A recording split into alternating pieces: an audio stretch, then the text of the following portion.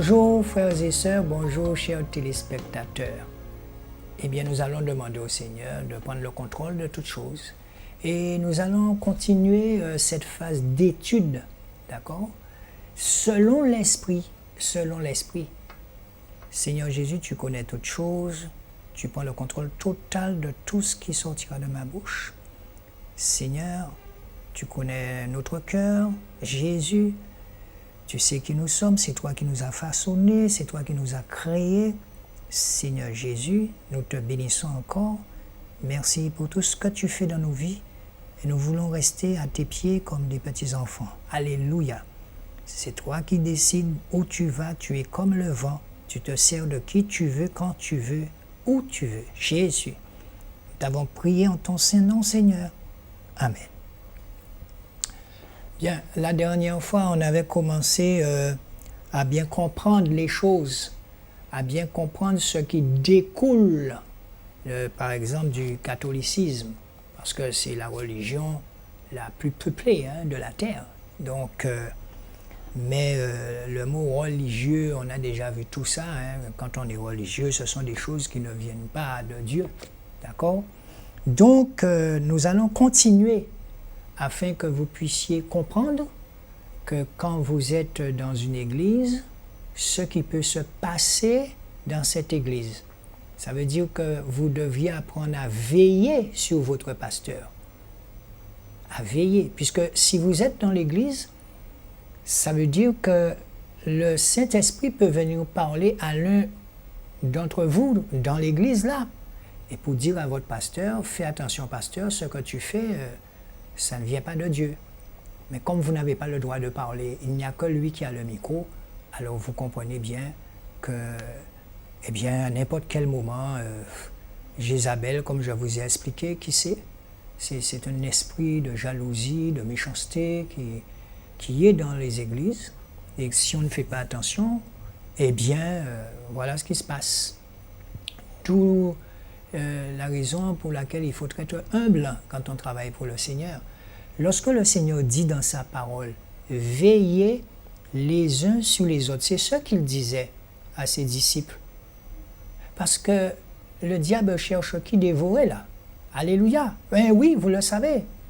Donc, pasteur ou pas pasteur, le Saint-Esprit peut venir dire à quelqu'un dans l'église, pasteur, tu viens de faire un geste là, fais attention.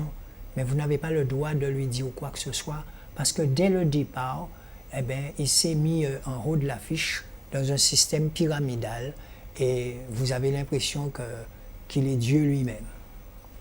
Donc nous allons voir où découlent toutes ces espèces de comportements bizarres qui fait que nous sommes aveuglés et nous ne voyons rien. Alléluia. Alors, il faut savoir, je continue, puisque vous m'avez demandé de continuer sur la doctrine, les instigateurs, ça veut dire la personne qui a créé cela. Alléluia. Et que ce soit Église évangéliste qui découle de l'Église catholique, que ce soit Église apostolique, enfin, tous ces espèces de noms, eh bien, bon, nous, encore une fois, nous vous disons, la seule Église que nous vous conseillons, c'est celle de Yeshua Mashiach, Jésus-Christ.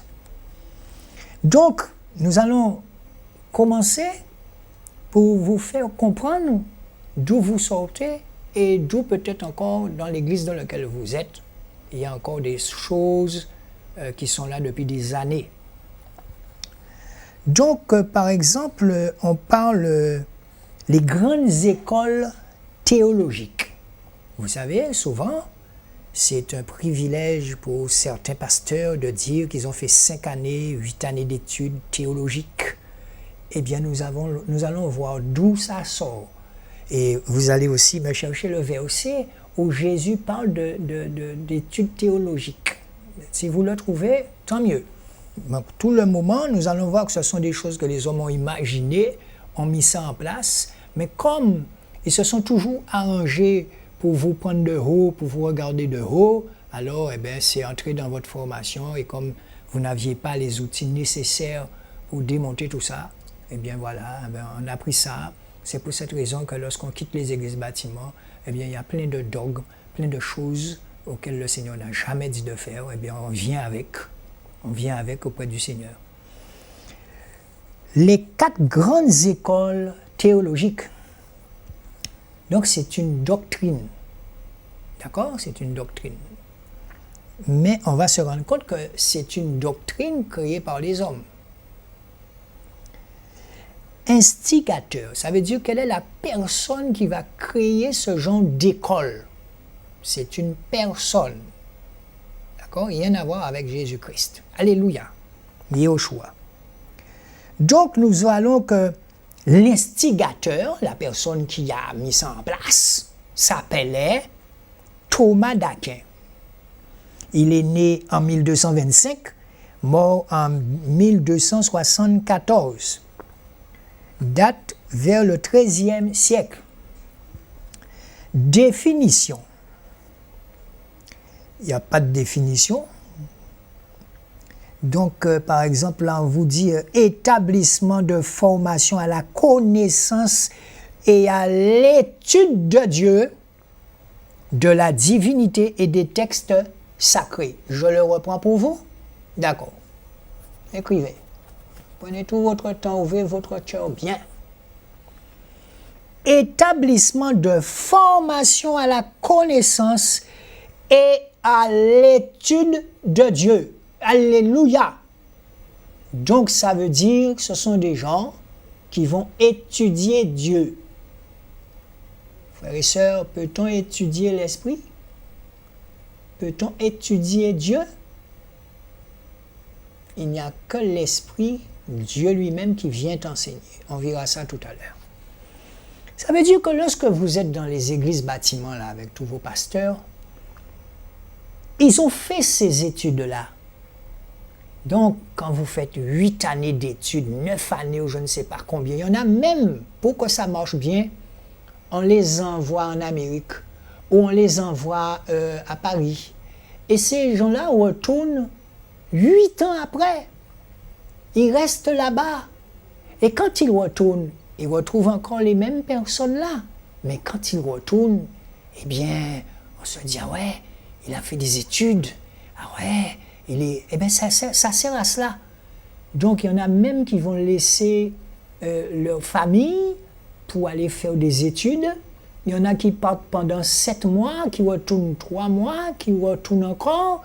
Mais le fait que la personne est partie à l'étranger, vous savez ça très bien, c'est de l'influence. Et quand la personne retourne, même dans l'église, vous entendez, ah ouais, le fils de machin, oui, il a fait de grandes études là-bas, il est très bien noté, et on dit qu'il sera un puissant pasteur. Et ouais, il retourne dans notre église, un enfant. Vous allez même voir des gens vous dire, oui, je l'ai vu tout petit, hein. Vous voyez, idolâtrie déjà. On va idolâtrer ce petit garçon qui venait à l'étude. Et bien ses parents ont décidé que il va faire de la théologie.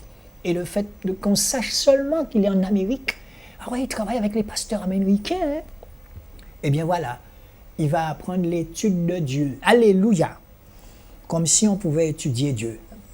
Donc, les 4 grandes écoles théologiques, vos pasteurs que vous voyez, j'en connais, hein, qui ont mis ça de côté et qui essaient de se laisser guider par le Saint-Esprit. Donc, établissement de formation à la connaissance et à l'étude de Dieu, de la divinité et des textes sacrés. Là encore, le mot texte sacré, je ne sais pas qu'est-ce qui est sacré, qu'est-ce qui n'est pas sacré. La seule chose que je vous dis, c'est demander à l'Esprit Saint de venir vous enseigner. Origine et but. D'accord? École épiscopale, formation des évêques et des prêtres dans des établissements situés près des églises cathédrales. Nous sommes toujours dans la même étude de tout ça. L'origine et le but. Pourquoi on va faire des étudiants en théologie? D'accord? École épiscopale, formation des évêques et des prêtres dans des établissements situés près des églises cathédrales. Ensuite, vous avez école monastique, mode de vie ascétique et mystique des moines vivant reclus dans des monastères. Vous savez qu'il y a des moines qui ont encore enfin le tissu. Hein. Bon, c'est pas un défilé de mode, mais chaque congrégation a un tissu bien différent pour se différencier des gens qui sont dans la rue. Voilà, d'accord. École monastique. Donc, vous avez des écoles monastiques qui peuvent être tirées des monastères sous la terre. Vous ne voyez jamais ces personnes. Et puis, il y a des mouvements encore plus radicaux où vous ne voyez jamais les gens. Ils entrent dans des fourgons. Eux, ils peuvent vous voir à travers des petites fenêtres, mais vous ne voulez pas les voir.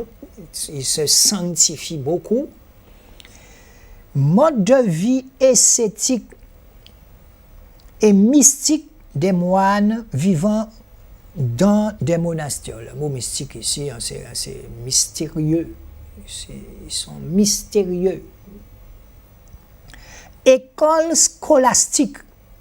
Tous ces noms que je vous donne là, on va chercher dans quel verset dans la Bible on parle de tous ces noms. Écolastique, élastique, thématique. On va voir. École scolastique. Des grands mots pour vous impressionner. Comprenez? Datant du Moyen-Âge, enseignement de la philosophie et de la théologie, plusieurs de ces établissements furent ensuite transformés en universités protestantes ou catholiques. Ouais, c'est un peu la même famille, mais il y a eu scission entre eux. Ça veut dire qu'ils ont attrapé Bab. Vous comprenez? Donc là, on entend déjà parler de protestants, donc à protester. D'accord?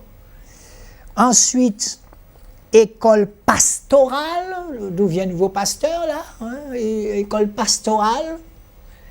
Formation ayant pour objectif de produire des spécialistes religieux qualifiés en enseignant la théologie moderne.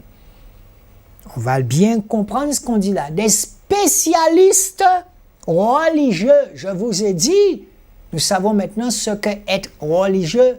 Lorsque vous êtes religieux, eh bien, vous faites des choses que Jésus n'a jamais demandé de faire. Vous êtes religieux. J'ai donné des exemples, par exemple. On a pris, par exemple, l'exemple de Jésus qui disait aux pharisiens sur le sabbat, lequel d'entre vous, si son âne tombe dans un puits, n'ira pas le chercher. Ou bien quand ils disent à Jésus que cette femme a eu un adultère, il faut la lapider parce qu'autrefois c'est ce qu'on faisait. C'était des religieux. Il faut lui donner des coups de pierre jusqu'à ce qu'elle meure. Et c'est à ce moment que Jésus, l'Esprit Saint, lui-même Dieu, dit lequel d'entre si l'un d'entre vous n'a pas péché, envoyez-lui la première pierre. Vous comprenez ce que ça veut dire être religieux? D'accord, on invente des choses que Jésus n'a jamais demandé de faire. Et ça, les pharisiens, ils étaient forts dedans. École pastorale, donc tous ces gens que vous voyez qui ont été faire des études, des écoles, ils ont fait des études d'hommes, des réflexions d'hommes humains. Maintenant, nous allons voir que dit la Bible par rapport à tout ce que je vous ai lu là. Mais le défenseur, le Saint-Esprit, que le Père enverra en mon nom, lui vous enseignera toutes choses et il vous rappellera tout ce que je vous ai dit. Ah, ça c'est mon enseignant qui parle. Ah, c'est Jésus qui parle. Ça c'est la formation. Je n'ai pas payé de billet d'avion. Ça ne m'a pas coûté quoi que ce soit. Il me le donne gratuitement. Il vous le donne aussi gratuitement. Mais c'est vrai qu'il y a ces conditions. Il faut être dans la parole. Il faut lire avec beaucoup d'amour. Il faut ouvrir son cœur quand on lit. Là, maintenant, nous allons voir l'enseignant des enseignants. D'accord? On a vu les études d'hommes. On a vu c'est une manière de mieux, on va dire le mot franchement, couillonner les gens. Il est parti faire des études. Hein. Ah ouais, il revient. Hein. Mais oui, c'est le fils d'un tel. Et pendant 10 ans, pendant 8 ans, vous entendez ça dans l'église. Et puis, bon, le petit gars, le jeune homme, il revient. Et il y en a même qui partent alors qui sont déjà mariés. Vous comprenez? Il faut faire des études pour retourner. Il faut retourner avec un diplôme, 2 diplômes, pour qu'on puisse vous respecter dans l'église. Vous comprenez? Tout ça, c'est des trucs religieux. Alléluia. Maintenant, nous allons à l'université de Jésus-Christ. il va vous dire à toi, ma soeur, toi, oui, toi. Il va te dire comment lui, il va t'enseigner. Mais le défenseur, l'avocat des avocats, Jésus-Christ, Yehoshua, Mashiach lui-même, Dieu lui-même, vous dit, mais le défenseur, le Saint-Esprit que le Père enverra en mon nom, lui vous enseignera toutes choses. Et il vous rappellera tout ce que je vous ai dit. C'est pas beau ça? C'est l'enseignant. Donc là, vous allez dans Jean, chapitre 14, verset 26. Jean, chapitre 14, verset 26. Donc quand vous voyez monsieur pasteur venir devant vous et qui vous disent « Oui, j'ai fait des études de théologie, je suis resté plus de 6 ans, en Amérique. » Mais tout ça, c'est des choses qu'on les a appris pour vous impressionner. Donc, un va partir, il va retourner, il sera à l'église et il aura une posture devant vous, ou bien il y en a d'autres qui vont chercher une posture de fausse humilité. Hein? Il faut être naturel, il faut rester soi-même, d'accord? Et c'est ce que moi, j'apprends à faire et je n'ai pas honte de le dire. Mais l'esprit, quand il vient, il parle à travers quelqu'un, c'est l'enseignant des enseignants. Je suis sûr qu'il vous ouvre les yeux là, parce que moi, je ne peux pas. Mais tout ce qu'on est en train de vous apprendre là, les Bibles de Louis II, les Bibles de Thomas, tout ce que vous avez là, eh bien c'est là de tout ça, ça découle. Ce sont des gens qui ont fait beaucoup d'études, vous comprenez? Mais en final de compte, dans les études qu'ils font, ce sont des études humaines, vous comprenez? Des choses que... Vous comprenez, c'est... Enfin, on s'est déjà compris. Les études religieuses, et c'est pour ça qu'ils sont étonnés lorsque l'esprit entre en nous et commence à vouloir prendre de la place. L'Esprit Saint, c'est un amour pas possible. On vous explique ça tout le temps. C'est lui qui vous motive quand vous le laissez faire. Mais pour cela, il va falloir vous allez devoir vous briser vous-même. Alléluia. Ensuite, on vous dit, que dit la Bible? Hein? Que dit la Bible par rapport à tout ce que je vous ai dit là? Mais comme quelques-uns s'endurcissaient et étaient rebelles, parlant mal de la voix devant la multitude, il s'éloigna d'eux, sépara les disciples et enseigna tous les jours dans l'école d'un certain Tyrannus. Et cela se fit durant 2 ans, de sorte que tous ceux qui habitaient l'Asie, juifs et grecs, entendirent la parole du Seigneur Yehoshua. Vous allez trouver ce que je dis dans Acte 19, versets 9 à 10. Je reprends pour vous, Acte 19, versets 9 à 10. Je reprends aussi, mais comme quelques-uns s'endurcissaient et étaient rebelles, parlant mal de la voix devant la multitude, ça veut dire que lorsque le Saint-Esprit vient, parle, mais ça va tellement vite, eh bien certains, comme on leur a appris la théologie et tout, ils deviennent rebelles. Ils deviennent rebelles parce que ce qui sort de la bouche de Jésus, par exemple, ils ne comprenaient pas, puisqu'on les a appris beaba, beibi, et Jésus, quand il vient, il sort des choses pour les ébranler. Donc ils ne comprenaient pas, ils prenaient Jésus pour un fou. Mais les choses de Dieu, c'est écrit, c'est une folie pour eux, c'est une folie pour le monde. Alléluia. Ensuite, que dit la parole par rapport à toutes ces études écoles scolastiques datant du Moyen-Âge? Que dit la parole par rapport à tout ça? Prenez garde que personne ne fasse de vous sa proie au moyen de la philosophie et d'une vaine tromperie, selon la tradition des humains, selon les rudiments du monde et non selon Mashiach. Là, vous allez trouver ça dans Colossiens 2, excusez-moi, j'ai très petit, Colossiens 2, verset 8. Colossiens 2, verset 8.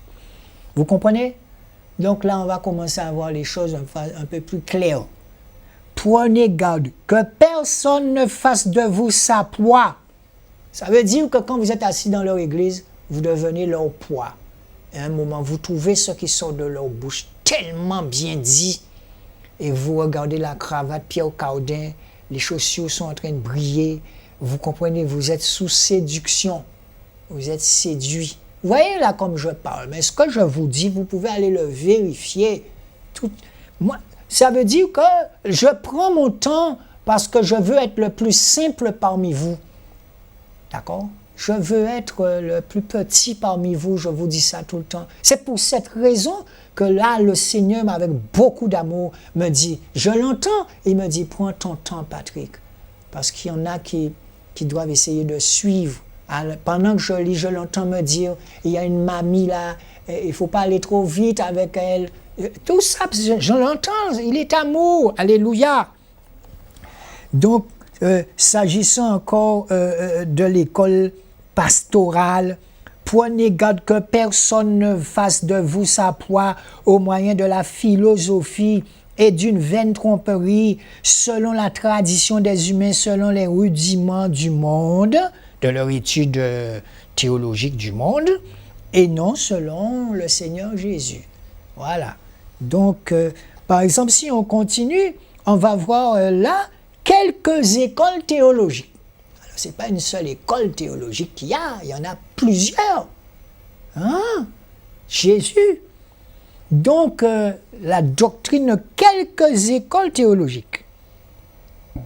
Instigateur, la personne qui a créé toutes ces écoles, vous avez Pantène, mort vers 216, 2e et 3e siècle.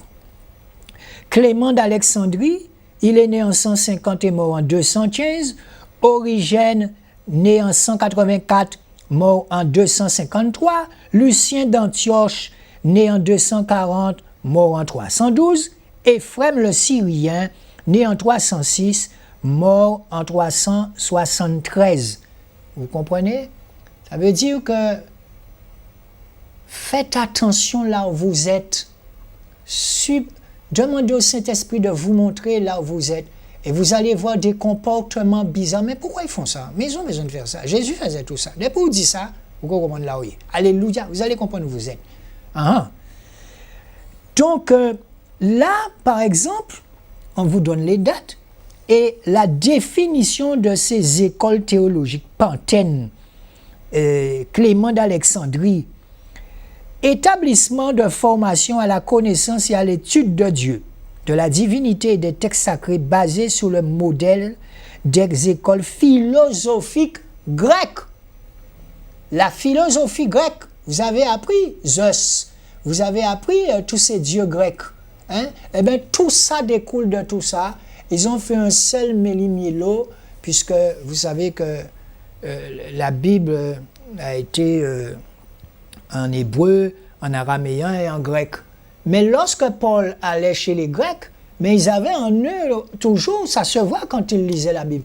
Et les Grecs étaient là, mais beaucoup croyaient en Améthys, beaucoup d'autres croyaient dans les dieux grecs. Zeus, il y a beaucoup de noms de ce type de dieu, de statue imaginaire de la théologie, enfin des Grecs. Vous comprenez? Donc, cette Bible-là que vous avez là, Louis II et tout ça, ça découle de tout ça. Parce que l'Église catholique à cette époque, pour garder son pouvoir, sa mainmise sur le monde, eh bien, ils étaient en harmonie avec les empereurs. Vous savez ça? Oui, ça veut dire que nous, spirituellement, en même temps, vous comprenez, nous en politique, nous en spiritualité, nous en politique, nous en spiritualité. Eh bien, quand vous entrez dans ce domaine-là, si vous ne faites pas attention, c'est la mort. La mort directe, les deux ne vont pas ensemble. Alors, peut-être qu'un moment, vous allez être dans le doute, mais vous pouvez être sûr que vous irez à la mort. Direct. Alléluia. Donc, école pastorale, tout ça, école théologique d'Alexandre, école théologique d'Antioche, école d'Édesse. Et nous en parlons, voilà, là encore, on va voir que dit Dieu. Que dit Dieu? Et nous en parlons non avec des paroles que la sagesse humaine enseigne, mais avec celle qu'enseigne le Saint-Esprit, interprétant les choses spirituelles à ceux qui sont spirituels. Vous allez dans 1 Corinthiens chapitre 2 verset 13. 1 Corinthiens chapitre 2 verset 13. Ça veut dire, chaque fois je vous dis que quand l'Esprit sort, il parle à travers un homme, eh bien, on est étonné puisqu'on ne trouve pas ça dans la Bible, mais on sent que c'est le Saint-Esprit qui a sorti cela de la bouche de la personne. Ça, ce ne sont pas des études d'hommes, des études de théologie. Comment voulez-vous que moi je puisse aller prendre mon temps pour étudier Dieu? Alléluia! La lettre. Alléluia. Non. Quand je viens ici, ça se voit que je ne prie pas rien. Mais je sais qu'à un moment donné, les choses vont commencer à prendre de l'ampleur, à prendre, parce que je vais lui donner encore plus de place, plus de place. Parle à ton pape Seigneur. Et je vous assure que c'est beaucoup d'amour. Beaucoup d'amour. Donc, il n'est pas... Vous vous souvenez, vous avez peut-être appris ça à l'école. Eh bien, les toutes premières Bibles, eh bien, les paysans n'avaient pas le droit de lire la Bible. Pourquoi? Vous ne vous demandez pas pourquoi? Pour qu'ils puissent avoir toujours la même mise, pour qu'ils puissent avoir la connaissance. Et le pauvre paysan, vous avez appris la seigneurie, les seigneurs et les paysans, vous avez appris ça à l'école comme moi. Eh bien, eux, ils n'avaient pas le droit d'ouvrir la Bible, ils n'avaient pas droit à la Bible. À cette époque, on brûlait les gens, tout ça. Alléluia. Bon, ben, vous savez, la vérité du Seigneur Jésus va sortir au fur et à mesure dans la bouche de certains, comme, je vous ai dit, Calvin, tous ces gens-là. Eh bien, bon, ben, Luther qu'on a voulu tuer, parce que Luther a leur demandé de retourner vraiment à la parole de Dieu. Et oui, donc c'est ce travail que fait le Seigneur à travers cette équipe, d'accord? Eh bien, c'est ça que je vous apprends là. Et vous pouvez aller chercher, faire vos études. Vous allez vous rendre compte que des empereurs qui étaient païens, des empereurs qui n'avaient aucune connaissance de Dieu, ils imposaient à l'Église des choses. Ça veut dire que, par exemple, le samedi, eh bien, il fallait aller travailler le samedi, et le dimanche, c'était le jour du repos. Mais c'est un empereur qui a mis ça en place. Non, non. Pourquoi? Parce que l'empereur, il faut faire entrer de l'argent. Rien n'a changé. Rien n'a changé. Alléluia. Jésus. Vous imaginez, il y a coronavirus là, mais il faut que l'argent du diable tourne, hein. Il faut que l'économie tourne. Hein. C'est pour ça qu'on voit des bateaux de croisière sortir en Italie, entrer ici. Il faut que l'économie, ça tourne. Vous savez, quand être président de la République, être maire, c'est chercher là où l'argent est. Hein. Ah ben oui, oui. Alors, grippe ou pas grippe, mais c'est le pays qui aura le plus de difficultés quand ça va, ce truc-là. Je ne sais pas quand est-ce qu'il va se terminer, mais là, je pense que le Seigneur est en train de mettre tous ses présidents à genoux et de leur dire, cela fait un bon bout de temps, même des siècles, hein, que je suis patient avec vous. Alléluia. Donc, on cherche toute espèce de choses. Bon, vous savez, nous sommes déjà sur la fin, et tout ce que dit là, la parole, eh bien, on voit ça en plein de notre visage, la fonte des neiges, tout ça. D'accord? Eh bien, nous allons faire une petite pause parce que nous avons des disciples sur place, mais vraiment des disciples qui marchent, qui prient tous les jours sur le terrain. Et que dit Jésus dans Matthieu 23? Vous ne vous occupez pas des veuves et des orphelins. C'est ce qu'il a dit aux pharisiens. D'accord? Donc, nous allons encourager les disciples et ceux qui font des orphelinats, ceux qui montent des orphelinats, qui s'occupent des orphelins. Nous allons les encourager parce qu'ils regardent aussi le pourvoyeur, Jésus le pourvoyeur. Ils regardent cette émission et vous savez déjà, hein, eh bien, bon, ben, vous savez quand vous allez sur place et que vous avez vu cette misère, vous n'allez pas retourner comme vous êtes parti. Je vous retrouve dans un petit moment. Bonjour à tous, je vous présente Widler, le voilà. Hein? Widler, on compte sur toi, d'accord? Que tu puisses représenter Haïti, la nouvelle génération, la Guadeloupe, la Martinique, tout le monde nous t'aimons, d'accord? Monsieur John Slay, pareil. Hein? Regardez-moi, Monsieur John Slay. La Guadeloupe, la Martinique, la Guyane, La terre entière te regarde. Il faut que tu deviennes nouveau fils de Jésus-Christ. Monsieur Mackinson, on te regarde. La Guadeloupe, la Martinique, la Guyane, nous t'aimons beaucoup. Nous nous comptons sur toi pour devenir un homme solide en Jésus-Christ. Monsieur Ricardo, comment vas-tu? Ça va? Eh bien, nous comptons sur toi aussi. Il faut mettre la tête dans le guidon, comme on dit, pour les études, pour l'école, pour devenir quelqu'un de solide en Jésus. Monsieur Jorgen, comment vas-tu? Ça va? Eh bien, la Guadeloupe, la Martinique t'envoie un grand bonjour. Nous vous aimons tous de l'amour de Jésus-Christ et nous vous encourageons. Mais oui, Monsieur Fédémon, comment allez-vous? Ça va?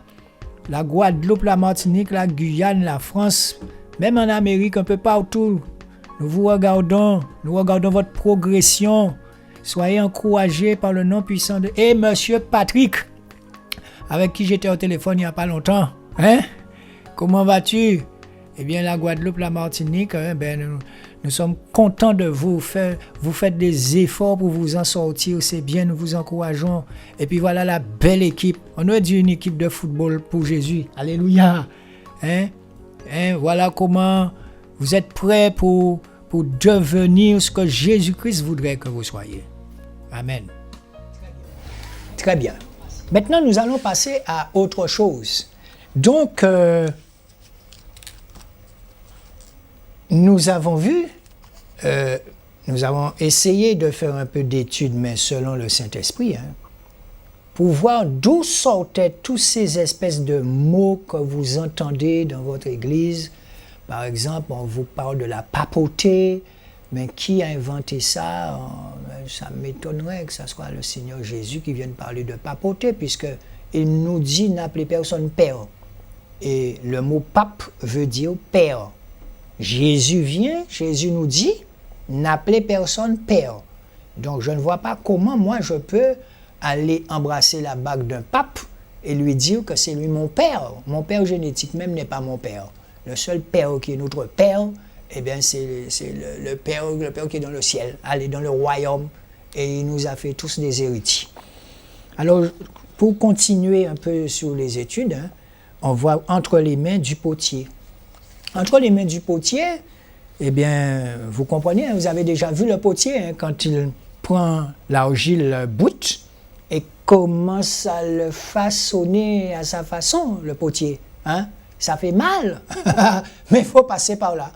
Et oui, parce que la parole dit que le Seigneur aime, le Saint-Esprit aime quelqu'un qui est brisé, un esprit brisé et contrit. Il faut lâcher toutes ces vieilles choses que nous avons. Je dis nous. Eh oui, il faut fuir chaque année qui passe. Il faut brosser l'intérieur. Vous savez, l'aigle, je vous ai expliqué la dernière fois comment l'aigle, quand il devient de plus en plus vieux, comment il se rajeunit. Il monte sur les collines et il commence à enlever toutes ses plumes avec son bec. Et il façonne son bec par terre. Et il devient vraiment sans plumes. Ça doit faire mal. Peut-être qu'il y a du sang qui sort en lui, mais il enlève toutes les plumes. Et après, les plumes repoussent. Et je ne sais pas si c'est dans un mois ou deux, on le voit, il ressort avec toutes ses plumes. Eh bien, il doit faire ça peut-être, je ne sais pas combien de fois dans l'année, ou si c'est tous les 2 ans, je ne sais pas. Mais c'est un principe chez l'aigle. Plus il vieillit, plus il veut se rajeunir. Il va arracher toutes les vieilles plumes. Voilà. Eh bien, nous aussi, nous avons beaucoup de plumes à arracher en nous, pour aller de plus en plus vers la sanctification. Et pour ne pas à tout le moment vouloir dire non, Seigneur, le Seigneur te dit quelque chose à travers ton épouse, eh bien, ton épouse dit non. Quand c'est vice-versa, il faut être obéissant. Moi, mon épouse, elle est très soumise.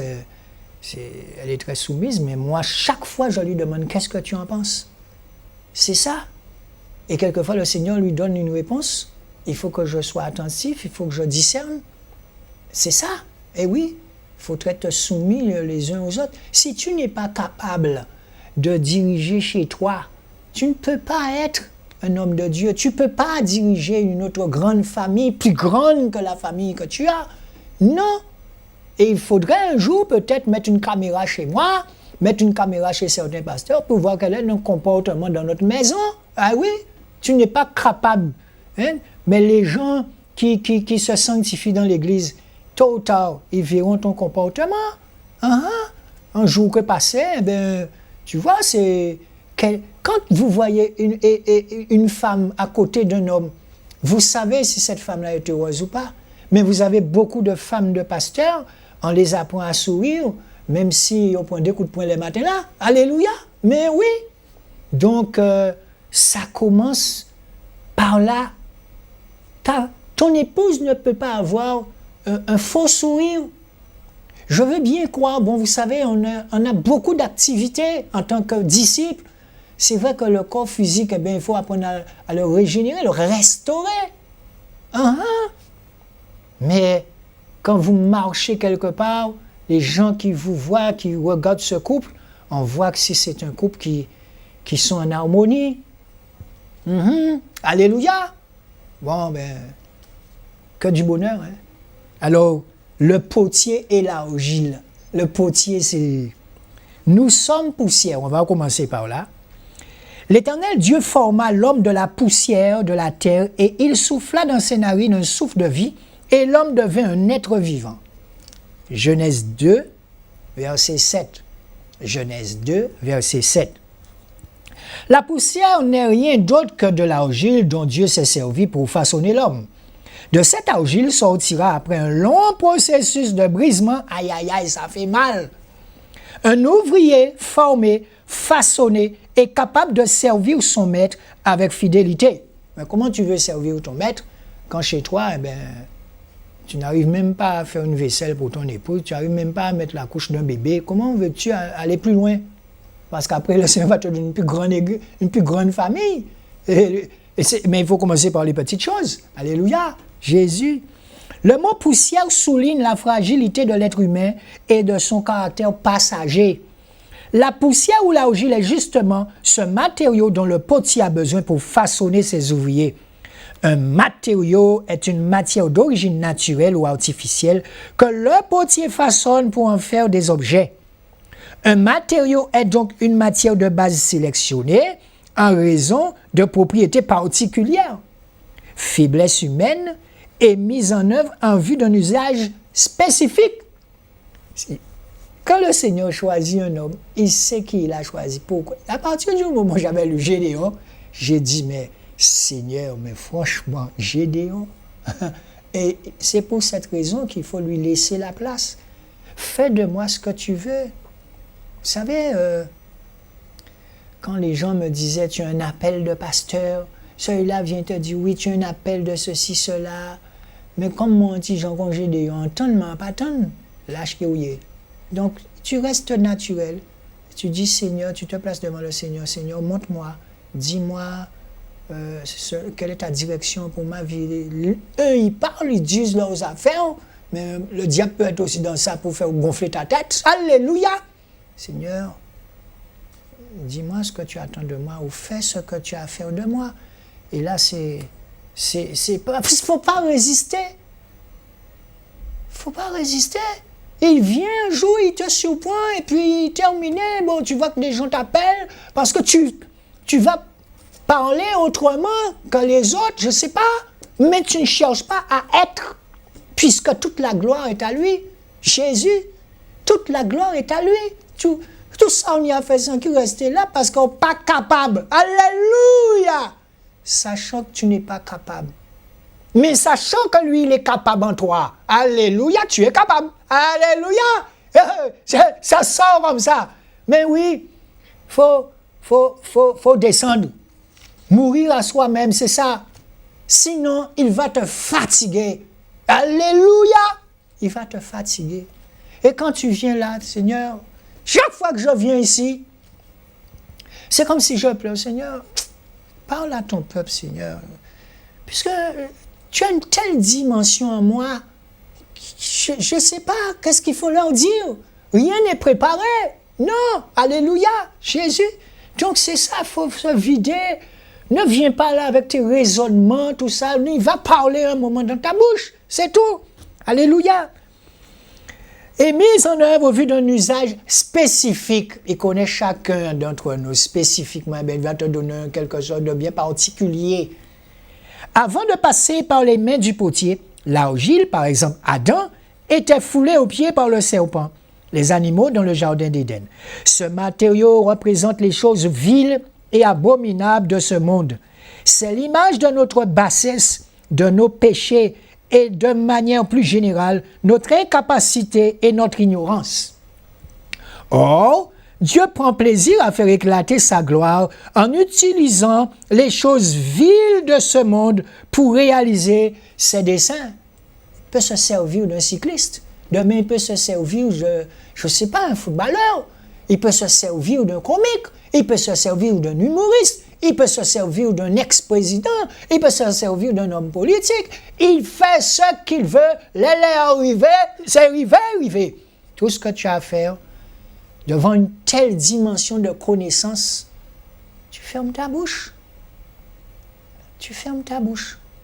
Il faut apprendre à écouter les gens. Vous savez, quelquefois, je peux me retrouver devant une personne âgée, une personne d'un certain âge. Eh bien, cette personne, elle a déjà pris des coups et des parcours. Et c'est quelqu'un qui a servi vraiment le monde de Satan. Et je le dis, le monde de Satan. Et là, le Seigneur vous envoie un jour rencontrer cette personne. Et là, tout ce que vous pouvez faire, c'est écouter comment je peux vous dire, c'est écouter comment on a... Aïe, c'est un monde impitoyable. Quand cette femme part avec vous depuis sa jeunesse, comment elle a commencé, et vous voyez les coups d'ongles, les coups de bois, les coups de tous les coups qu'on lui a donnés, et quand le Seigneur vous permet un jour de rester 3 heures de temps en compagnie de cette personne, c'est là où vous comprenez pourquoi le Seigneur vous met à part. Il vous met à part, mais en même temps, il vous a laissé dans le monde. Donc vous ne pouvez pas dire que vous n'êtes pas dans le sang. Nous sommes du monde, mais en esprit, nous ne sommes pas du monde.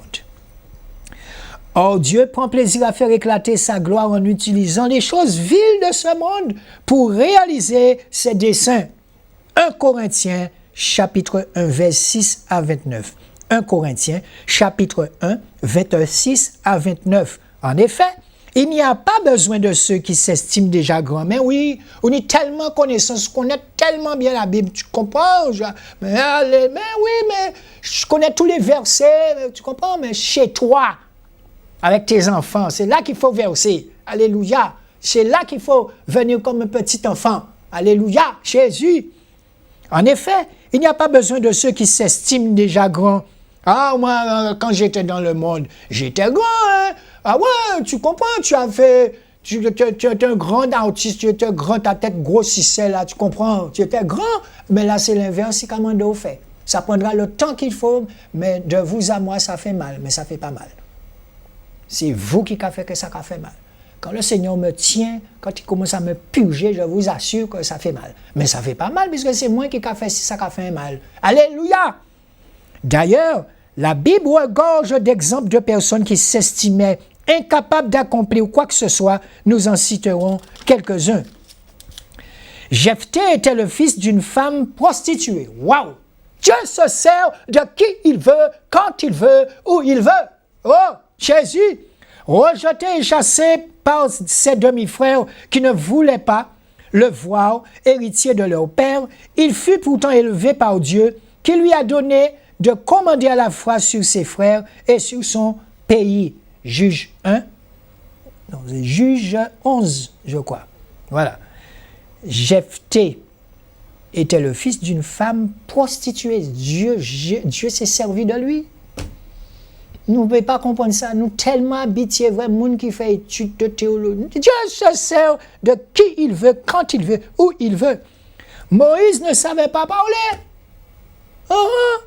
Moïse dit à l'Éternel, « Ah, Seigneur, je ne suis pas un homme qui ait la parole facile, et ce n'est ni d'hier ni d'avant-hier, ni même depuis que tu parles à ton serviteur, car j'ai la bouche et la langue embarrassées. » C'est pour ça que le véritable fils de Pharaon, c'est Moïse, qui était pour lui un demi-frère. Souvenez-vous de Ramsès. Vous avez tous vu ce film abominable, puisque tous les personnages normalement auraient dû être des Noirs. Et il était embarrassé. Dans Exode 4, verset 10. Exode 4, verset 10. Gédéon était issu d'une famille défavorisée. Gédéon était issu d'une famille défavorisée. Ah, mon Seigneur, avec quoi délivrerai-je Israël? Voici ma famille est la plus pauvre en Manassé, et je suis le plus petit dans la maison de mon père. Juge 6, verset 15. Oh! Juge 6, verset 15. Le Seigneur te dit d'aller à Élysée. Ouais, Seigneur, les gens vont rire de moi. J'étais un humoriste. Après ça, ils m'ont dit, allez. On n'a pas fini. Jérémie était un simple enfant. Ah, Seigneur éternel, voici, je ne sais point parler car je suis un enfant. Jérémie, chapitre 6, verset 6. Jérémie, chapitre 1, verset 6. Jérémie, chapitre 1, verset 6. Pierre était un pécheur. Un marin pécheur, pas ni pont, instruction, pas fait grande école, c'est la pêche qu'on est. De par sa condition et son métier, Seigneur, retire-toi de moi parce que je ne suis pas un homme pécheur. Luc, chapitre 5, verset 8. Luc, chapitre 5, verset 8. Pierre et Jean n'avaient pas d'instruction. Et c'est pour ça, hier, nous étions dans une réunion, il y avait des frères qui disaient qu'ils ne savaient ni lire ni écrire. Mais quand ils ont commencé à parler, eh bien, nous nous sommes sentis tellement petits, parce que Jésus a commencé à parler en leur bouche. Avec Jésus, il n'y a pas de petits. Non. Alléluia. Pierre et Jean n'avaient pas d'instruction. Lorsqu'ils virent l'assurance de Pierre et de Jean, ils furent étonnés, sachant que c'étaient des hommes du peuple, sans instruction, et ils les reconnurent pour avoir été avec Jésus. Actes chapitre 4, verset 13. Actes chapitre 4, verset 13. La poussière représente bien les choses folles, insensées. Dieu se sert de qui il veut. Dieu se sert de l'animal qu'il veut. Dieu se sert d'une bourrique. Qui parle de la bourrique qui était sous Jésus quand Jésus est arrivé là pour la Pentecôte ou la Pâque? Qui parle de cette bourrique? Pourtant, il était là, hein? Ouais, il a porté sur son dos, qui parle de lui? Oui. Le Seigneur, alors la poussière représente bien les choses folles, les choses faibles, impuissantes et les choses viles, sans famille de basse naissance, celles que tout le monde méprise. Or, tous les grands hommes de Dieu ont tous été tirés de la poussière. Ils étaient des personnes inutiles. Et chaque fois que je vous dis que je suis un serviteur inutile, vous ne comprenez pas. Certains d'entre vous ne comprennent pas. Mais vous savez, moi, je sais d'où je sors. On n'a pas fait grande école. Hein. On fini en CM2. On fait 6e. Et après, mon père m'a fait classe au Lamentin. Mais je n'aimais pas l'école du tout. Non. Non, je n'aimais pas l'école. Et c'est pour ça que j'aime bien... le psaume 51, Alléluia. Pas fait grande école, mais quand Jésus vient t'enseigner, Alléluia, tu le laisses parler, c'est tout. Alléluia. Or, tous les grands hommes de Dieu ont tous été tirés de la poussière. Il y en a même un qui était SDF. Hein? Et il a eu une église de combien de millions de personnes? Eh bien, c'est quand tu comprends les petites choses, quand tu vas en Haïti, là, tu vois les enfants, tu pleures. Rappelez en disant, j'ai tout petit là, on était dans poche, mais aujourd'hui je suis là, mais ces enfants-là, ils sont toujours là-bas en Haïti. Et je les connais, j'ai leur nom, vous comprenez comment voulez-vous que... Je dis, Seigneur, je ne peux pas, mais moi je sais que tu peux. On a sur notre compte là maintenant 575 €. Et oui, vous savez, moi, je ne peux faire que confiance au Seigneur. Il va pouvoir. Il va pouvoir. Jésus. Alléluia. On n'a rien à cacher. Or, tous les grands hommes de Dieu ont tous été tirés de la poussière. Ils étaient des personnes inutiles et incapables de servir le Seigneur par leur propre force. Oh! Jésus. Alléluia. Considérez, frères, que parmi vous qui avez été appelés, il n'y a ni beaucoup de sages selon la chair, ni beaucoup de puissants, ni beaucoup de nobles. Mais Dieu a choisi les choses folles du monde pour confondre les sages. Il y a un point comique là, il y a un transformé devant. Alléluia! Je peux pas, quand on parle là, je peux pas. Alors, toute vie a au contraire dans ce vrai, je peux pas. Oh, si tu aimes Jésus, un moment tu vas dire, Seigneur, d'accord, j'ai compris. Je t'aime tellement, fais de moi ce que tu as à faire, Seigneur. Et le Seigneur commence à te montrer ce qu'il, lui, il fait à travers toi. Alors, des critiques, tu vas toujours en avoir. Des gens qui ne t'aiment pas, tu vas toujours en avoir. Ils ont craché sur Jésus. On m'a déjà fait des menaces de mort. Pourquoi? Parce que la vérité parle. Et oui, l'autre qui a envie d'être là, alors que moi, pas envie d'être là. Et chaque fois, je n'ai pas envie d'être pour me faire voir. Et c'est à présent que le Seigneur me montre. Que voulez-vous que je vous dise, moi? Eh bien, moi, j'aime. Sers-toi de moi, Seigneur, c'est tout. Mais Dieu a choisi les choses folles du monde pour confondre les sages. Dieu a choisi les choses faibles du monde pour confondre les fortes. Et Dieu a choisi les choses viles du monde et celles qu'on méprise, celles qui ne sont point pour réduire au néant celles qui sont, afin que personne ne se glorifie devant Dieu. 1 Corinthiens, chapitre 1, versets 26 à 29. 1 Corinthiens, chapitre 1, versets 26 à 29. De la poussière, il retire le pauvre du fumier, il relève l'indigent pour les faire asseoir avec les grands de son peuple. Tôt ou tard, il t'envoie t'asseoir avec les grands. Et tu te rends compte que les grands, eh bien, ils n'étaient pas si grands que ça, parce qu'ils vont devenir des serviteurs puissants. Oh, Jésus, ceux qui se croyaient grands. Parce que quand vous vivez dans ce monde, vous êtes obligé de donner aux gens des coups de poing pour avancer, des coups de coude, sinon ils vont marcher sur vous. Alléluia, et quand tu es avec Jésus et tes frères et sœurs, oh, qu'il est bon pour des frères de demeurer ensemble. Ah, qu'il est bon de demeurer ensemble. Ah, qu'il est doux de demeurer ensemble, de demeurer ensemble. Vous savez, quand l'esprit est quelque part, et pas plus tard que hier, nous étions dans une réunion entre frères et sœurs, et quand vous sentez que l'esprit commence à être content de nous parce qu'on ne parle que de choses positives dans ce genre de réunion, un petit groupe de personnes, et c'est à ce moment le Seigneur est content parce que l'un veille sur l'autre, et c'est là qu'il y a l'amour fraternel, vous comprenez? Mais à partir du moment où vous avez quitté le groupe, vous allez entrer dans le monde. Et ça ne veut pas dire qu'il n'y aura pas de murmures. Il faut faire taire les murmures pour aller plus loin. Et cette chanson, elle a toute sa signification. Mais si tu ne veux pas t'éteindre, si tu veux absolument être quelqu'un en Christ, si tu veux absolument qu'on te voit, tu prêches bien, oh, tu vas prêcher, oui, mais Jésus ne te connaît pas. Non, il ne te connaît pas. Moi, j'ai vu des gens m'appeler, me donner de bons conseils par rapport à l'émission. À ce moment, je sais que c'est le Seigneur qui parle. Mais j'ai vu des gens me menacer de mort parce que je parle de Marie. Non, c'est la vérité. On me dit Marie est montée au ciel. Non, la parole te dit le seul qui est monté et qui est descendu, c'est Yahushua, Jésus. C'est ça la vérité. Alléluia. Jésus. Jésus. Alléluia.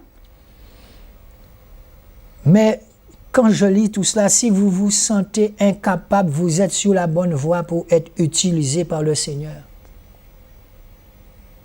Mais un monde comme moi, quand on m'appelait pour faire une télévision, j'étais déjà le premier à être là. Vous comprenez? Il faut vendre disques, il faut être à la télé, tu comprends? On te voyait voler la gloire de Dieu là. Là, c'est l'inverse que tu dois faire. Et tu te rends compte que plus tu seras exposé, plus la jalousie va monter. Plus la jalousie, les gens vont commencer à dire des choses sur toi. Et à ce moment, le Seigneur te dit, tu commences à mettre tes petits tennis pour commencer à courir. Hein? Alléluia. Vous avez, quand vous entendez des gens parler, vous avez senti, ah ouais, On t'a préféré être en place à pastel, on t'a parlé mieux qui, on t'a fait verser mieux qui, dans l'église, eh bien, son seul, eh bien, tu vois, moi, mon église, c'est chez moi. Ah, après, madame, maman, eh bien, non? Mon épouse n'est pas jalouse de moi, là où je suis, là. Eh bien, c'est ça. C'est ça, c'est là, le Seigneur t'a mis là, il connaît ton cœur. D'accord? Et plus tu ne vas pas vouloir qu'on te voie, eh bien, c'est plus il va t'utiliser pour qu'on te voie. Et ça, j'ai compris ça. Eh bien, le Seigneur te dit, c'est moi qui t'ai mis là. Tu dois me faire confiance, Patrick. Je connais ton cœur. Tu ne veux pas qu'on te voie? Mais on t'a bien vu hein, quand tu faisais tout ton cinéma là sur les... Eh bien, maintenant, c'est comme si c'est Paul. Restez là. Et quand tu vois la puissance du Saint-Esprit, quand tu vois que c'est toi qui faisais, là tu te rends compte que tu ne peux plus rien faire. C'est lui qui va faire à ta place. Tu es comme un malade entre ses mains. C'est lui qui te donne perfusion pour pouvoir soulever la chaise qui est là. C'est lui qui te fait faire des choses dans les ténèbres. Et oui, tu deviens une lumière dans les ténèbres. Tu ne pourras pas faire ça tout seul. Alors tu dis, Seigneur, fais ça pour moi. Eh ouais, fais ça pour moi. Et puis fais que le faire pour toi parce que ton cœur est disposé. Tu mets de l'humilité dedans à 3000 à l'heure, c'est tout. Parce que de plus en plus tu iras, mais tu te rends compte que tu es déjà arrivé au Congo, tu es en Haïti, tu es déjà arrivé dans d'autres communes, tu es déjà arrivé dans d'autres îles. Tu te rends compte que ce n'est pas toi qui fais ça. En temps normal ou pas, fais tout ça, putain. C'est là où tu te rends compte que tu n'es rien. Rien. Oh, que c'est beau. Tu n'es rien. Alors arrête de te plaindre, Patrick. Arrête de te plaindre. Et je me souviens de ce frère qu'on appelle Shoah, quand il a commencé massacrer Bouga, jusqu'à là. Si c'était des trucs pour pouvoir te construire, non, c'est Jézabel, la jalousie de ce démon qu'on appelle Jézabel. Alléluia. Et pourtant, quand la quantité de gens qui regardent cette émission, c'est une émission qui ne ressemble à aucune autre. Je parle de la Guadeloupe. C'est une émission où tu vas dire aux hommes politiques, repentez-vous, oh, et tu vas le dire avec amour. Alléluia. C'est une émission où il viendra parler avec amour à travers toi. Alléluia. Qu'est-ce que la peur vient faire là? Oh, c'est de l'amour que tu as pour ton pays. C'est de l'amour, c'est lui qui vient parler à travers toi. Alléluia. Jésus. C'est de l'amour qui fait que quand tu vois des gens se déchirer pour un bout de viande, eh bien, ça te fait mal, parce que ce sont des Guadeloupéens comme toi. Eh bien oui, quand ils parlent, ils s'adressent à eux. Oh, alléluia. Et à partir du moment où un homme politique commence à parler de l'Église de Dieu, eh bien, c'est lui qui commence à parler à travers toi, mon frère, ma soeur. Alléluia. L'Église est séparée de la politique. Souvenez-vous quand vous avez appris Richelieu, tout ça. C'est pas possible qu'un homme spirituel puisse fonctionner dans un lieu où on massacre, on se déchire, on s'insulte. C'est pas possible. Et c'est pour cette raison que le Seigneur nous dit, soumettez-vous aux autorités. Mais il y a une autorité au-dessus de l'autorité. Oui, il y a une autorité au-dessus des autorités. Quand vous entendez le nombre de personnes, de vieilles personnes, il y a quelqu'un qui prend terre à ces gens-là, et quelle autorité? Ils sont parfaitement bien au courant de ce qu'ils font. Quelle autorité? Quelle autorité? Et pourtant, le Seigneur nous demande de nous soumettre aux autorités. Mais quand vous regardez les injustices qui se font là, quelle autorité? Nous avons une autorité supérieure. Que vous le vouliez ou pas. Je vous attends après la mort. Oh, alléluia. Jésus, si ce n'est pas de l'amour, dites-moi c'est quoi? C'est quoi? Vous êtes un juge au tribunal, vous êtes un procureur, vous entrez chez vous, vous avez une famille, vous avez passé une journée pas possible. Vous croyez que ces gens-là dorment bien? Mais quelquefois aussi, je ne dors pas parce que je pense à ces enfants qui sont en train de manger de la terre en Haïti. Il y a dormir et dormir. Oh, alléluia! Quand le Seigneur te demande de te soumettre aux autorités, c'est parce qu'il va te faire passer. Et la quantité de disciples qui ont fait de la prison parce qu'ils disaient la vérité. C'est la vérité. Alléluia! C'est la vérité. Le système, quand on étudie Babylone, c'est le système. Ils savent, ils sont dedans, ils se battent dedans. Et chaque fois que je regarde des émissions sur la savane africaine, je dis, Seigneur, c'est là où j'étais alors. C'est là où j'étais alors. C'est incroyable. Vous partez dans un pays, vous vous retrouvez avec 2 ministres à côté de vous, vous vous retrouvez avec un ambassadeur. Les gens sont d'une hyper simplicité. C'est incroyable. Jusqu'à vous. Mais ce sont des chrétiens. Et c'est là où le Seigneur t'étonne. Parce que chez toi, ils sont toujours sous leur garde. Ce sont des gens qu'on peut blesser à n'importe quel moment. Ils ont de vraies épées dans leurs mains. Ils prennent des coups.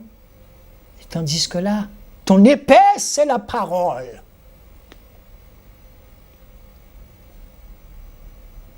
Eh oui. Que du bonheur. Que du bonheur. Vous connaîtrez la vérité, et cette vérité vous affranchira, ou je préfère vous rendra libre. Libre de dire la vérité. Quand je vois tous ces gens qui m'appellent pour me dire qu'ils ont des problèmes de terrain, ils ne comprennent pas, ils ont déjà payé des notaires, ils ont déjà fait ceci, ils ont déjà fait cela, mais Seigneur, et tu me demandes de me soumettre aux autorités. Mais je sais qu'il y a une autorité supérieure. Lisez le juge inique, comment cette femme embêtait ce juge pour lui faire justice.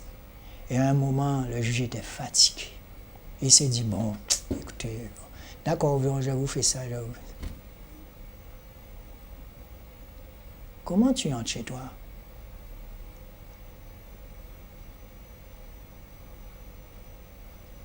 Soumettez-vous aux autorités. Car la plus grande autorité, elle est en vous, chrétiens. Alléluia! Je vous retrouve dans un petit moment. Eh bien, ça continue avec les enfants. Donc, ils ont reçu la sœur Jane de l'association Cœur Disposé. Alors, il faut savoir que c'est l'association Cœur Disposé installée à Paris qui encadre ses enfants. Voilà la sœur John. Elle a quitté Paris hier et puis elle est déjà arrivée là parce que voilà, nous devons suivre les opérations. Elle est venue pour regarder, pour soutenir les enfants dans les efforts qu'ils font. C'est pas facile pour eux parce que de là où ils sortent, on les encourage. Regardez-moi, Monsieur Patrick, Fidémon, nous vous encourageons, la sœur John. Alléluia. Merci Seigneur pour tout ce que tu fais dans la vie de ces enfants. Ah là là, regardez les yeux de la sœur, on dirait Jésus qui regarde à travers ses yeux, regardez les enfants. Nous comptons sur vous les enfants. Et les 2 encadrants là, il y a un encadrant derrière, regardez-le bien. Alléluia, merci Seigneur. La bonne nouvelle, frères et sœurs, Guadeloupe, Martinique, Guyane, les Antilles, tous les enfants se sont fait baptiser. Ils ont voulu se baptiser plutôt Alléluia, pour devenir de vrais disciples de Jésus en formation. Voilà, ils sont tous baptisés et nous vous assurons que nous sommes très contents, très fiers d'eux. Alléluia. Merci Seigneur pour tout ce que tu vas faire dans leur vie. Donc, que du bonheur, hein, lorsqu'on voit ça. Je ne les reconnais pas au loin, mais ça doit être les 2 encadrants parce qu'ils ont 2 éducateurs avec eux dans la maison. Ce sont des gens qui sont diplômés là-bas. Hein. Donc, voilà le travail que fournit l'association Cœur Disposé, puisque c'est lorsque nous étions partis en Haïti, souvenez-vous, hein, vous nous avez donné des fonds, donc on a fait le travail qu'il fallait. Donc voilà l'argent que vous nous donnez, ben voilà à quoi ça sert. Ça sert à faire ce qu'il faut pour que ces enfants-là puissent avoir une vie convenable. Voilà. Donc nous vous encourageons chacun. D'accord, c'est ça l'Église. On n'arrête pas de vous dire c'est ça l'Église. Et là, nous avons pu retrouver les parents de ces enfants-là. Il y a des enfants parmi eux que ça fait peut-être 13 ans qu'ils sont partis parce que Haïti est grand. Donc un enfant peut-être qui a 5 ans et ça fait plus de 7 ans, 8 ans qu'il n'a pas vu sa famille. Et là, on les a retrouvés. Nous avons mené des enquêtes. Toujours, hein, c'est l'association Cœur Disposé qui est installée à Paris, qui fait tout ce travail. Donc nous vous remercions encore pour, voilà, ça c'est sûrement la mère de l'un des enfants. Hein, vous vous rendez compte, ça fait des années qu'elle n'a pas vu son enfant. Et là, ce sont des retrouvailles. Il n'y a que Jésus, que Yahushua qui peut faire ça. Que du bonheur. Voilà, là aussi, c'est un père de famille. Il se pose des questions, il se dit, bon, mon fils a changé, mon fils s'est baptisé, Seigneur Jésus, ben, j'ai ma confiance en toi. Voilà, que du bonheur. Alléluia. Et là, ça doit être un encadrant qui est à droite, là, la sœur Diane, mandatée par l'association Cœur Disposé. Là aussi, c'est sûrement un encadrant ou un père de famille, je pense, qui parle dans cette réunion en privé, hein, avec les parents. Donc, vous imaginez, on vous appelle pour vous dire qu'on a retrouvé votre enfant. Donc, la sœur Diane, mandatée par l'association Cœur Disposé, est en train de parler aux parents. Les enfants étaient très contents, hein, de retrouver leurs parents. Ils étaient heureux. On a vu des photos la semaine dernière où on les a accompagnés, ils ont fait des kilomètres pour retrouver les petites sœurs, les petits frères qui n'ont pas vu grandir, qui n'ont pas vu naître. Donc celui à la casquette, c'est sûrement un père de famille, sûrement, c'est ça. Donc voilà. Donc ça se pourrait qu'un jour, ça soit moi qui aille là. Voilà. Bien. Nous allons terminer avec le potier et l'argile pour ce dimanche. Pour autant, le fait que le Seigneur choisisse des serviteurs imparfaits et faillibles, chose vile, ne signifie pas qu'il va les utiliser dans cet état. En effet, Dieu souhaite des ouvriers saints, parfaits, entièrement régénérés. Et pour atteindre cet objectif, le Seigneur a établi pour chacun de ses serviteurs un programme de formation sur mesure, un émondage intensif afin d'ôter toutes les impuretés qui constitueraient des obstacles à l'accomplissement de la volonté divine. Cette formation vise la transformation radicale et totale du corps, de l'âme et de l'esprit de l'homme. C'est pour ça que je vous dis, vous aurez beau fuir, mais quand il va parler, il va parler. Que le Dieu de paix vous sanctifie lui-même tout entier et que tout votre être, l'esprit, l'âme et le corps soient conservés irréprochables. Lors de l'avènement de notre Seigneur Jésus-Christ, 1 Thessaloniciens, chapitre 5, verset 23. 1 Thessaloniciens, chapitre 5, verset 23. Mais en réalité, dans l'homme, c'est l'esprit, le souffle du Tout-Puissant qui donne l'intelligence. Job, chapitre 32, verset 8. Job, chapitre 32, verset 8. Tu ne peux pas venir là juger le système dans lequel tu vis. Non. Mais quand le Saint-Esprit, lui, il parle en toute vérité, c'est sa vérité. C'est sa vérité. Le Seigneur vous fait rencontrer des gens auxquels vous n'auriez jamais pensé que vous vous seriez assis là avec ces personnes pendant 3 heures de temps. Parce que vous avez toujours cru que vous n'êtes pas capable. Mais il vient te montrer, c'est moi qui dessine ta route, c'est moi qui te dis où aller, c'est moi qui te dépose là, c'est moi qui va te faire monter sous la lune, c'est moi qui va te faire ça. Tout ce que tu as à faire, c'est dire, d'accord Seigneur, je suis prêt, ne dis plus rien.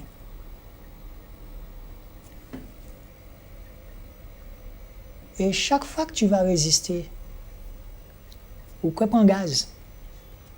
Et hier, il y a une sœur qui me disait, elle est restée 2 ans à l'hôpital parce qu'elle n'écoutait pas ce que le Seigneur lui dit. Quand le Seigneur te dit de dénoncer, tu vas dénoncer, mais en toute vérité, sa vérité à lui. Et dans la parole, on te dit que quand tu arriveras devant le juge, n'aie pas peur de ce qui sortira de ta bouche. Par la parole dit aussi, votre vérité n'est pas ma vérité, mais là, c'est la vérité. Toutes ces plaintes, toutes ces personnes qui m'appellent, alors qu'il y a des juges, il y a des tribunaux, mais quand vous allez dans l'histoire, quand vous remontez l'histoire, et vous voyez comment les ecclésiastes, c'est eux qui nommaient les juges, c'était des gens de prière, ils étaient au moins 6 000 à 5 000, on explique ça bien. C'est eux qui, mais en ce temps-là, l'Église n'était pas séparée de la politique. C'est l'Esprit de Dieu qui plaçait les juges, les procureurs.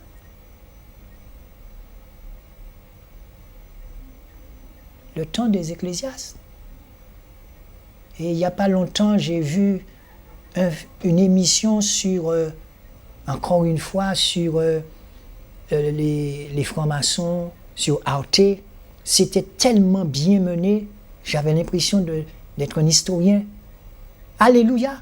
On nous montrait les Templiers, le rapport qu'il y avait entre les Illuminati et les francs-maçons. Il faut se renseigner. Alléluia! Jésus!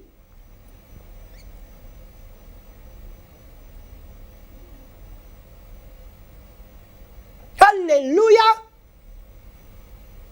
Vous avez des dossiers qui sont bloqués depuis 5, 6, 7, 8 ans chez un notaire. Vous avez des gens qui viennent me voir, nous prions, eh bien on voit se débloquer certains dossiers, mais c'est un combat, mais vraiment un combat sans arrêt. Mais quand Jésus débloque ton dossier, tout le monde est étonné, et puis ils se disent, mais comment il avait beau passer?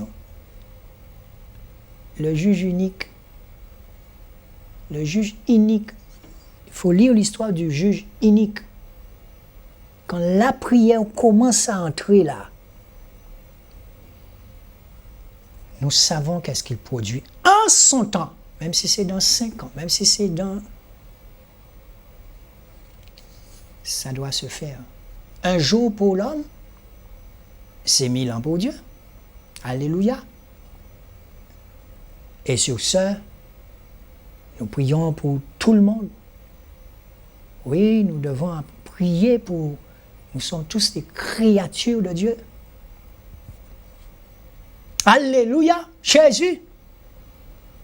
Que le Dieu de paix vous sanctifie lui-même tout entier et que tout votre être, l'esprit, l'âme et le corps soient conservés irréprochables lors de l'avènement du Seigneur. J'ai jamais dit que c'était facile, mais c'est facile.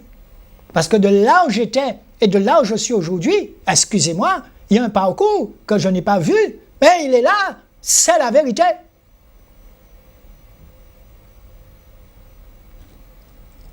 Dieu n'est pas un dictateur.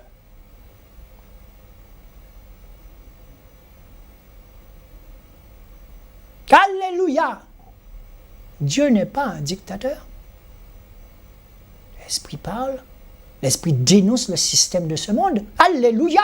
C'est la vérité. Jésus. Mais en réalité, dans l'homme, Ce ne sont pas les doctorats, ce ne sont pas les licences qui donnent l'intelligence. Non, oh! Mais en réalité, dans l'homme, c'est l'esprit, le souffle, le Tout-Puissant qui donne l'intelligence. Job, chapitre 32, verset 8. Job, chapitre 32, verset 8.